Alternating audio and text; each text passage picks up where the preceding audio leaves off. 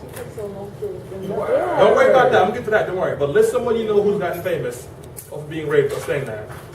Zero. They had like very minimal fame though. It was not really like, oh, now I'm gonna take off my career because I was raped. It was more so, oh, I'm in the media for a while. I'm gonna get money off of this case. That's not fame. That's not necessarily money either.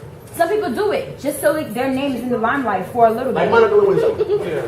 For like 10 years, a decade, she didn't say anything. She didn't give no media coverage on what she did with Bill Clinton. And then like, I think like 2-3 months later, then she's gonna write a book, then she's gonna do shows, and then she's gonna do all of this stuff. Well, that's different. She was 20 years old, sleeping with a 56-year-old man and was lambasted in the media as a slut. It's not a curse word. She waited 10 or so years, and then after she became an adult and got past the pain of it, I'm assuming, because if you heard earlier interviews, she thought they were in love. Bill Clinton is a stone cold player. He will kiss you in your mouth and hug his wife and kids like nothing happened. So it's okay to say he was a gallus. No, right? What she did was like, here's my story, here's my side, here's Gallus what it's about. was And that's what she did after it's fallen out of the media, and she could do it, and she can make her money. These women are accusing Bill Cosby of rape. So one, statute of limitations for rape in most states is between 2 to 5 years. So he's not going to jail for anything, even if they did find proof, because unless something happened between today and 2013, or let's be nice, the year 2010,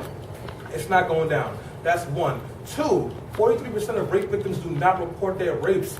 And three, Bill Cosby, for a long time, and still so much so now, is one of the most powerful black men in the world. Oprah has off this goofy with that title because she got some kind of money I can't fathom. However, he has a lot of power. Imagine coming after Bill Cosby when he was untouchable with the Cosby Show, and Ennis Cosby, his son had been murdered, and we didn't have all these new forms of media that sympathized with this. When we were coming up in the 90s, when women's issues were not on the forefront, imagine talking about these issues, you'd probably be ignored.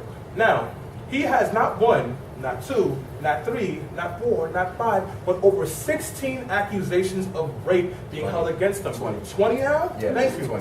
20. Now, let's say that at least half of them are false, and these people are out for money, which I guarantee you at least 1 or 2 of them are, as means it is to say.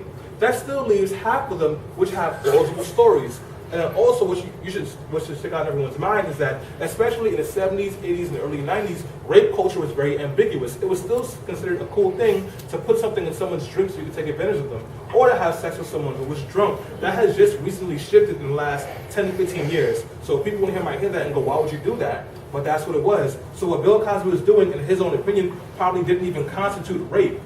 And because of that, and because of the issues that we have with women, we'll get paid 77 cents less on a dollar than men. And because we know that domestic abuse and victim blaming and street harassment are still serious issues, you have to at least listen to these women and their stories. Because Bill Cosby, Bill Clinton, President Obama, no one is free from doing whatever they're accusing him of doing. And if he's guilty, it's too late to put him in jail, then take every dime he has, because no one is above committing a crime.